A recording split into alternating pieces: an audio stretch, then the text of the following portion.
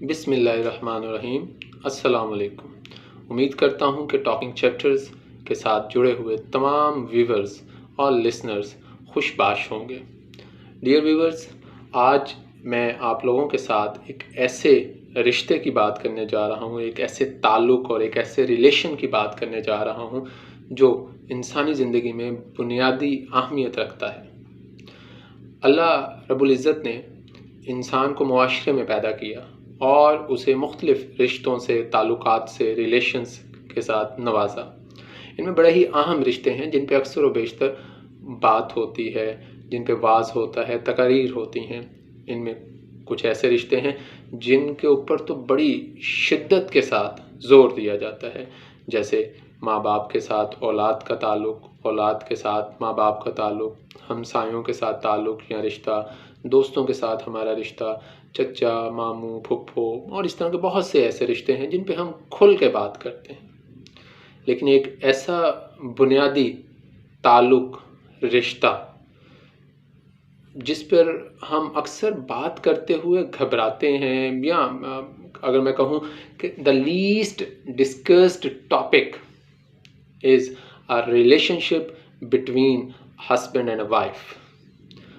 Spouse, मियाँ बीवी के दरमियान जो ताल्लुक़ है, जो निकाह से, जो शादी से, जो विवाह से या जो मैरिज के साथ जुड़ते हैं आपस में, इस ताल्लुक़ पे बहुत ही कम बात की जाती है। अक्सर व बेशतर इस ताल्लुक़ को बिल्कुल इग्नोर कर दिया जाता है। अगर इंसानी मुआशरे में हम इंसान की आमद को देखें तो सैयदना आदम अलैहिस्सलाम पहले इंसान हैं जिनको अल्लाह रब्बुल इज़्ज़त ने पैदा किया और जन्नत उनका पहला घर था।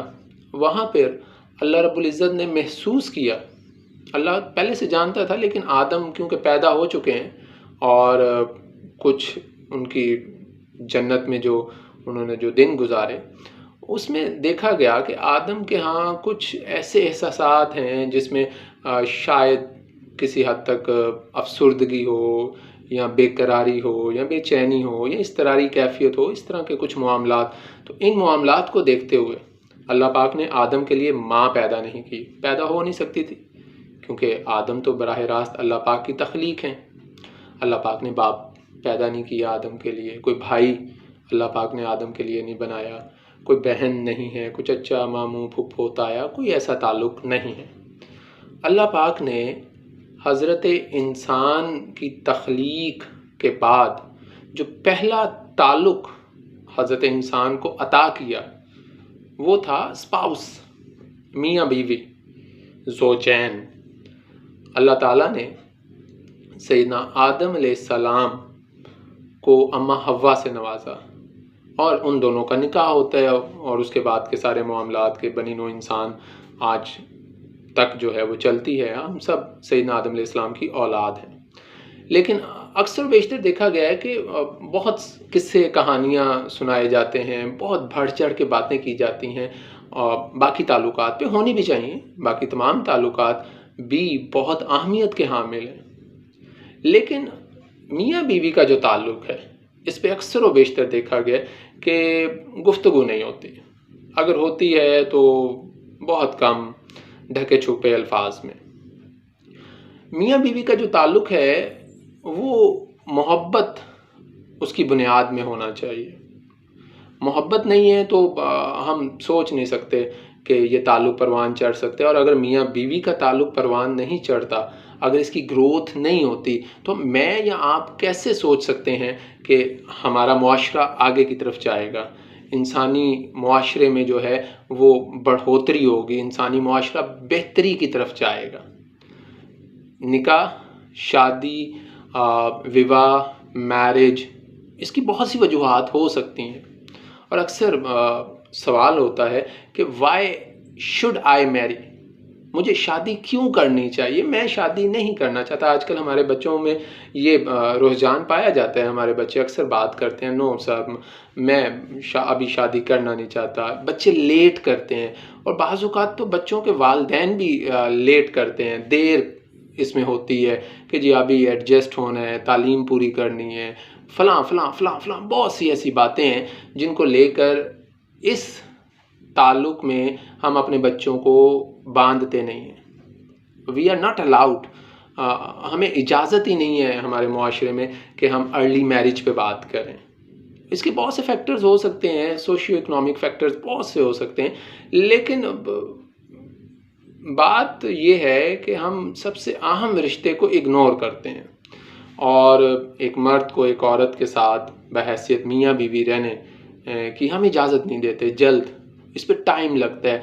हमारे बच्चे पहले तालीम मुकम्मल करें, फिर हसूल रोज़गार के तरफ जाते हैं। जी मैंने अपने आप को एडजस्ट करना है, मैंने अपने आप को इस्टेब्लिश करना है, बेटियाँ बेटे दोनों, और एक लंबा टाइम जो है इस पे सर्व होता है। और आजकल तो हमारे मुआशरे में बड़ा ये देखा जा रहा है कि लेट मैरिजेस, और इन लेट मैरिजेस में बहुत सी फैमिलीज़ जो हैं वो डिस्टर्ब भी होती हैं।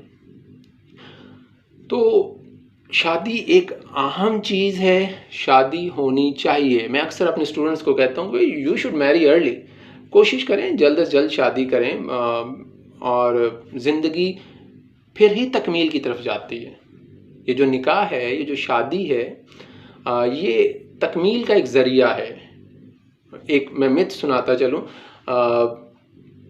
एक मिथ है कि उसमें कहा जाता है कि इंसान आगाज़ में एक ही था, यानी उसमें मेल और फीमेल कैरेक्टर्स यकजा थे, इकट्ठे थे।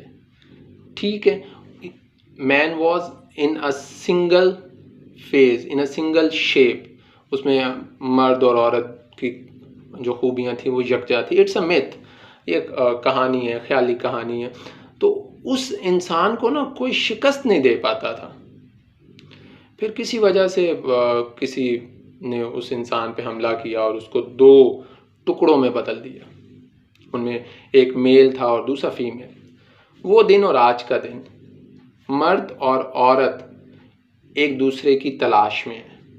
यही वजह है कि इंग्लिश में एक फ्रेज़ हम इस्तेमाल करते हैं, इडियोमेटिक फ्रेज़ है बेटर हाफ, यानी मर्द औरत के लिए, औरत मर्द के लिए बेटर हाफ है। यानी निकाह से पहले इंसान अगर मर्द के रूप में है या औरत के रूप में है तो वो निस्फ है, उसकी तकमील नहीं हुई। तकमील कब होती है? जब दोनों हाफ्स आपस में मिलते हैं। तो शादी, निकाह ये तकमील का ज़रिया है। नस्ल इंसानी की बका के लिए बहुत ही ये ज़रूरी एक एलिमेंट है।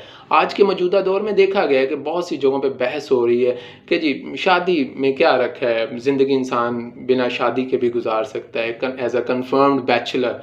ठीक है जी, शादी करके बंदा फंस जाता है, शादी करके बहुत सी जिम्मेदारियाँ आ जाती हैं। तो जिम्मेदारी लेना तो अहम चीज़ है। जब तक मैं या आप जिम्मेदारी का एहसास नहीं अपने अंदर पैदा करेंगे, हम अपने आप को इंसान कैसे साबित करेंगे? हम इंसान हैं, अशरफुल खल्क हैं। अगर देखा जाए तो ज़मीन पर इस कायनात में जितनी भी मखलूक़ात हैं वो सब इंसान के नीचे आती हैं। सब आपके ऊपर कोई नहीं है। Nobody lies beyond you except your creator. आपके क्रिएटर के अलावा, आपके खालिक के अलावा, जिसने आपको पैदा की है, आप जिस भी रिलीजन से ताल्लुक़ रखते हो, उस रिलीजन में आपके यहाँ कोई ना कोई क्रिएटर है। तो nobody lies above you, beyond you. कोई आपके ऊपर नहीं है, कोई आपसे आगे नहीं है। ये तमाम मखलूक़ात यहाँ पे हैं, तमाम मखलूक़ात, और यहाँ पे आप हैं अशरफुल खल्क होने के नाते, और आपके ऊपर सिर्फ आपका क्रिएटर है। तो जब आप ही जिम्मेदारी लेने को तैयार नहीं, तो फिर आप अपने आप को अशरफुल खल्क कैसे साबित करेंगे? तो शादी ज़रूरी है, मेरा मानना है शादी होनी चाहिए, जल्द होनी चाहिए, बदेर नहीं। होते ना जल्द या बदेर हो ही जाएगी, यार देख लेंगे, शादी ही है, सारी दुनिया करती है और मैं भी कर ही लूँगा। ये जो मैं भी कर लूँगा, इसके बहुत से नुकसान हैं। एनीवेज, शादी जब होती है तो एक चेंज आता है, एक तब्दीली आती है, but that change should be positive. हमारे मुआशरे में देखा गया है कि शादी के बाद हम ख़ास तौर पे मर्दों को बहुत जो है ना सफ़र करना पड़ता है। ठीक है, सबसे पहले मैं आपको थोड़ा सा रिलीजियस पॉइंट ऑफ व्यू से कोट करता हूँ कि बीइंग अ मुस्लिम, हम हज़रत मोहम्मद मुस्तफ़ा सल्लल्लाहु अलैहि वसल्लम के फॉलोअर्स हैं। तो आप सरकार सल्लल्लाहु अलैहि वसल्लम ने आइली ज़िंदगी इंतहाई खूबसूरत गुजारी। आप सरकार सल्लल्लाहु अलैहि वसल्लम की ज़िंदगी हमारे लिए मशअल राह है। We have to follow the commandments of Allah, and after Allah we have to follow the path of prophet Muhammad सल्लल्लाहु अलैहि वसल्लम। तो मेरे और आपके आका दो जहां हज़रत मोहम्मद मुस्तफ़ा सल्लल्लाहु अलैहि वसल्लम ने बीवियों के हकूक़ पर बहुत ज़ोर दिए, इसमें कोई शक नहीं। जहां आपने माँ के मुकाम का जिक्र किया है, जहां आपने बेटी को रहमत के तौर पे पेश किया है, जहां आपने बहन के हकूक़ की बात की है, वहाँ पे बीवियों के हकूक़ पर आपने बहुत बात की है। और सिर्फ बात नहीं की, बल्कि आपने अपनी अज़वाज मुतहरात के साथ मोहब्बत और शफ़क़त का जो है रवैया रखा। इसकी हमारे पास बेशतर एग्ज़ाम्पल्स हैं। इवन हमारे प्यारे नबी हज़रत मोहम्मद मुस्तफ़ा सल्लल्लाहु अलैहि वसल्लम का जब निकाह होता है अम्मा खुदैजा के साथ, तो हम देखते हैं कि आपकी ज़िंदगी में एक अच्छा चेंज आता है। उसके अलावा आप अपनी अज़वाज मुतहरात के साथ बड़ी ही मोहब्बत और बड़ी ही शफ़क़त के साथ पेश आते थे। और आप सरकार सल्लल्लाहु अलैहि वसल्लम की बेशतर अहादीस हैं। आपका जो लाइफ़स्टाइल है बीइंग अ हस्बैंड, वो हमारे सामने है। तो पता नहीं फिर क्यों आज हम अपने मुआशरे में अगर कोई मर्द अपनी बीवी से मोहब्बत करता है या मोहब्बत का इजहार करता है या उसके लिए वो कुछ करने की कोशिश करता है, तो कहा जाता है जी ये बाईपास कर रहा है दूसरे रिश्तों को। ठीक है जी, इसे तो सिर्फ अपनी बेगम ही नज़र आती है, इसके पास तो और कुछ रह ही नहीं गया। बहुत से ऐसे अलकाबात से नवाजा जा रहा होता है जो आप सब जानते हैं, लेकिन फ़िलहाल मैं उन अलकाबात को इस्तेमाल करने नहीं जा रहा। तो माँ के लिए जो मोहब्बत है वो तो फितरी है, कुदरती है। माँ ने देखें हमल के दौरान हमें अपने साथ रखा, फिर पैदाइश का एक तकलीफ़ अमल, फिर हमारी परवरिश का एक तकलीफ़ अमल, तो वो तो एक कुदरती मोहब्बत है ना। ठीक है, माँ के बड़े हकूक़ हैं जी, इसमें कोई शक नहीं है। बाप अपनी ज़िंदगी सारी गुजार देता है औलाद को बनाने के लिए, इसमें भी कोई शक नहीं कि हमें माँ बाप के लिए हर मुमकिन उनकी जो है ना खिदमत करनी चाहिए, इसमें कोई डाउट नहीं है। कुरान ने वाज़िया तौर पे कहा कि अगर उन दोनों को तुम बुढ़ापे में पाओ या दोनों में से किसी एक को पाओ तो उफ़ नहीं कहना उन्हें, और उनके लिए रहम की दुआ करनी है, उनके लिए अल्लाह से रहमत मांगनी है, कोई डाउट नहीं है। बेटी को अल्लाह पाक ने जो है वो रहमत बना के भेजा है, बेटा है, नेमत है।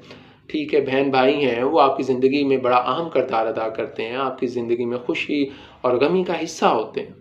इन सब चीज़ों पे तो हम बात करते रहते हैं, लेकिन अगर माँ से मोहब्बत लाजमी है, अगर बाप का एहतराम बाप से मोहब्बत लाजमी है, अगर बहन के नाज़ो नखरे बहन उठाना लाजमी है, उससे मोहब्बत लाजमी है, भाई का साथ देना, भाई के कंधे के साथ कंधा मिला के खड़ा होना लाजमी है, उससे मोहब्बत करना लाजमी है, अगर औलाद के हकूक़ पूरे करना लाजमी है, औलाद से मोहब्बत करना लाजमी है, तो क्यों नहीं, why not, a husband can love his wife practically. हम एक खामंद मुआशरे के सामने बीवी से मोहब्बत क्यों नहीं कर सकता? क्यों आज पाकिस्तान, इंडिया जैसे मुल्कों में खामंद के लिए लाजमी है कि वो जहाँ कहीं सोसाइटी में खड़ा हो, जहाँ कहीं वो लोगों में खड़ा हो, वो बीवी के साथ सख्ती से ही पेश आएगा तो वो मर्द कहलाएगा? ये चीज़ नहीं है। It is wrong all together. ये बात गलत है। बीइंग अ मुस्लिम, अगर आप मुसलमान हैं और अगर आप इंसान हैं, तो फिर आपको जान लेना चाहिए कि सैयदना आदम अलैहिस्सलाम के जिस्म का हिस्सा है अम्मा हव्वा। अल्लाह पाक ने हव्वा के लिए जो मटेरियल लिया है, जो मादा लिया है, हव्वा की पैदाइश के लिए जो चीज़ें ली हैं, वो आदम की तरह मिट्टी और इधर उधर से पानी, ये सारा कुछ नहीं था। अम्मा हव्वा की जो पैदाइश है वो हड्डी से। अब इंसानी जिस्म में तो बहुत सी हड्डियाँ हैं, बहुत सी हैं, स्ट्रेट बोन्स भी हैं आपके पास जॉइंट्स के साथ मिली हुई हड्डियाँ भी हैं, आपके पास जॉइंट्स के बगैर हड्डियाँ भी हैं। लेकिन आदम अलैहिस्सलाम की पसली से अम्मा हव्वा की तख्लीक है, जो कि बाद में सैयदना आदम अलैहिस्सलाम की बीवी बनती हैं, निकाह के बाद रिश्ता इज़्दिवाज में दोनों जुड़ते हैं, जो कि पहला ताल्लुक़ है जो कि सैयदना आदम अलैहिस्सलाम और अम्मा हव्वा के दरमियान इस ज़मीन पर इंसानों के लिए बना रिश्ता ज़ौजैन, मियाँ बीवी का ताल्लुक़, मियाँ बीवी का रिश्ता निकाह के साथ। किस मुख्तलिफ़ सोसाइटी में मुख्तलिफ़ तरीके हैं, निकाह हो सकता है, शादी है, मंडप में शादी हो रही है, चर्च में जो है वो मैरिज सेरेमनी हो रही है, किसी भी तरीके से, लेकिन पहला रिश्ता मियाँ बीवी का। अब यहाँ पे ये गौर करने की बात है कि अगर अम्मा हव्वा की पैदाइश आदम अलैहिस्सलाम की पसली से हो रही है, तो इसके पीछे भी कोई ना कोई लॉजिक होगी, कोई ना कोई मंतक होगी, उसको समझना पड़ेगा। पसली वो मुकाम है जो दिल के करीब तरीन है, सबसे पहले तो ये बात ज़हन में रखें। यानी अम्मा हव्वा की पैदाइश पसली से हुई है, और ये पसली वो हड्डी है, वो मुकाम है जो दिल के करीब तरीन है। तो एक तो ये बात हमें बताती है कि जी मोहब्बत लाजमी है। मियाँ बीवी के ताल्लुक़ में मोहब्बत नहीं होगी तो मुआशरा परवान नहीं चलेगा, ख़ानदान जो है उसकी बढ़ोतरी नहीं होगी, और ख़ानदान में पैदा होने वाली जो अगली नस्ल है वो तज़्बज़ब का शिकार रहेगी, वो एंग्जाइटी का शिकार हो जाएगी, डिप्रेशन का शिकार हो जाएगी। तो एक तो बात ये होगी कि मोहब्बत। दूसरी बात, स्ट्रेट बॉर्न नहीं है, अल्लाह पाक ने स्ट्रेट बॉर्न नहीं ली, बल्कि अल्लाह पाक ने पसली रिब को यूज़ किया, जो कि थोड़ी सी टेढ़ी है।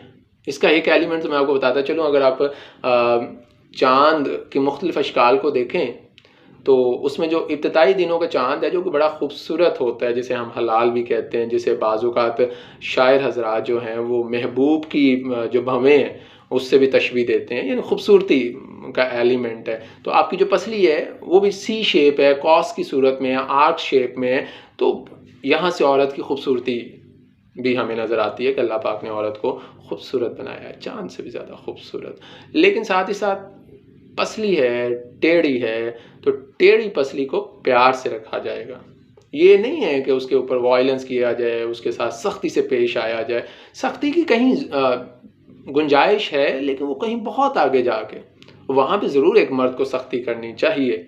अगर वो मर्द है तो वहाँ पे सख्ती बनती है, लेकिन ऑल टुगेदर ओवरऑल अगर देखा जाए तो औरत के साथ जो ताल्लुक़ हो मर्द का बहैसियत खामंद, बहैसियत शोहर, वो प्यार वाला होना चाहिए, वो शफ़क़त वाला होना चाहिए, उसमें सिला रहमी होनी चाहिए। छोटी मोटी गलती हो जाए तो उसमें समझा देना चाहिए, हर वक्त डांट टपट नहीं होनी चाहिए। अगली बात, इस ताल्लुक़ में मर्द को औरत का कफ़ील बनाया गया, कफ़ील, कफ़ालत करने वाला। लेकिन यहाँ पे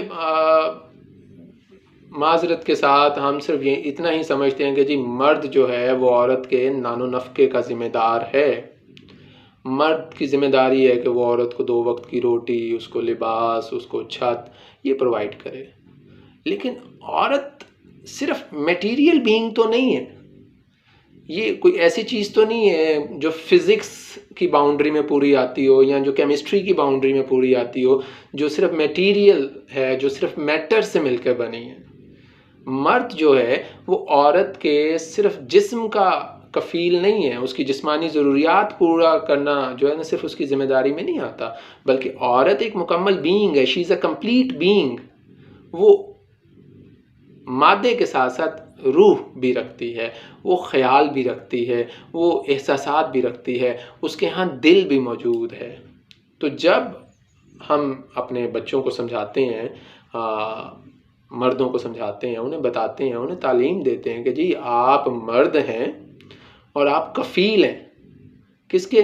औरत के, उसके नानो नफ़क़े के ज़िम्मेदार हैं। तो नानो नफ़क़ा सिर्फ़ और सिर्फ उसकी जिस्मानी ज़रूरियात पूरी करना नहीं है, बल्कि उसकी रूहानियत का भी ख्याल रखना होगा, उसकी रूहानी तस्कीन के लिए काम करना होगा, उसके जज्बात को मजरूह नहीं करना, उसकी फ़ीलिंग्स को समझ के चलना, ठीक है, उसके एहसासात का एहतराम करना। ये सारी बातें करने का मकसद क्या है? एक हेल्दी सोसाइटी, एक सेहतमंद मुआशरा, और सेहतमंद मुआशरा सिर्फ़ और सिर्फ इन 2 पहियों से ही चल सकता है, बन सकता है। इस सेहतमंद मुआशरे की जो बुनियाद है वो मर्द और औरत के ताल्लुक़ पर है, वो मर्द और औरत के अक़द के साथ है। निकाह के साथ है। निकाह के अलावा कोई दूसरी तीसरी कोई ऑप्शन नहीं है। जैसे कि बहुत सी जगहों पे अब ये डिबेट हो रही है कि जी इसके लिए कोई स्पेस निकालनी चाहिए, लेकिन कोई स्पेस नहीं है। अगर कोई शख्स स्पेस निकालने की कोशिश करता है तो वो निज़ाम कुदरत के ख़िलाफ़ जाएगा, और उसके बहुत से मसाइल हैं, कभी हम अलहदा इस पे बात करेंगे। तो निकाह के बाद मर्द और औरत को चाहिए कि एक दूसरे को समझें, एक दूसरे से मोहब्बत करें, एक दूसरे का एहसास करें। और क्योंकि आज ख़ास तौर पे हम मर्दों से मुतल्लिक बात कर रहे हैं कि मर्दों को किस तरह अपनी बीवियों के साथ सलूक करना चाहिए, तो उसकी सबसे बेहतरीन मिसाल मैं पहले ही दे चुका हूँ, और उस मिसाल को दिए बगैर हमारी तालीम मुकम्मल हो ही नहीं सकती। और वो जो मिसाल है वो ख़ातमुन नबिय्यीन हज़रत मोहम्मद मुस्तफ़ा सल्लल्लाहु अलैहि वसल्लम का अस्वा हसना है अपनी अज़वाज मुतहरात की तरफ। देखें, मेरे और आपके प्यारे आका उनसे मोहब्बत भी करते थे, उनके साथ जो घरेलू मुख्तलिफ़ काम काज हैं उनमें हाथ भी बटाया करते थे। ठीक है, तो ये जो पाकिस्तान, इंडिया जैसे थर्ड वर्ल्ड कंट्रीज़ में ये कंसेप्ट है जी कि मर्द जो है वो बस मर्द मार ही होना चाहिए, है जी, ये नहीं है। कम से कम औरत के मामले में नहीं है। और औरत भी वो जो आपकी बेगम है, जो आपकी बीवी है, जिससे आप निकाह करके लाए हैं, जिसे आप प्रोटेक्शन की शर्त के साथ लाए हैं, उसके साथ नहीं। ठीक है, तो उम्मीद करता हूँ कि मेरे जितने भी व्यूअर्स होंगे वो मेरी इस बात के साथ मुत्तफिक होंगे। आपकी राय का मैं मुंतज़िर रहूँगा, और इसी के साथ दुआ है कि जितने भी लोग इस वक्त रिश्ता इज़्दिवाज में आपस में बंधे हुए हैं, जो मियाँ बीवी के तौर पे एक दूसरे के साथ रह रहे हैं, अल्लाह पाक उनके ताल्लुक़ में, उनके रिश्ते में मोहब्बत पैदा करे। आप वो दोनों सिला रहमी के साथ रहें, एक दूसरे की कोताहियों को, गलतियों को माफ़ करके आगे चलें, एक दूसरे को समझाएं, एक दूसरे पर मुसल्लत ना करें। इसी नोट के साथ मोहम्मद सुल्तान अरशद को इजाज़त दें। आपकी दुआओं का तलबगार। बहुत शुक्रिया। अस्सलामु अलैकुम।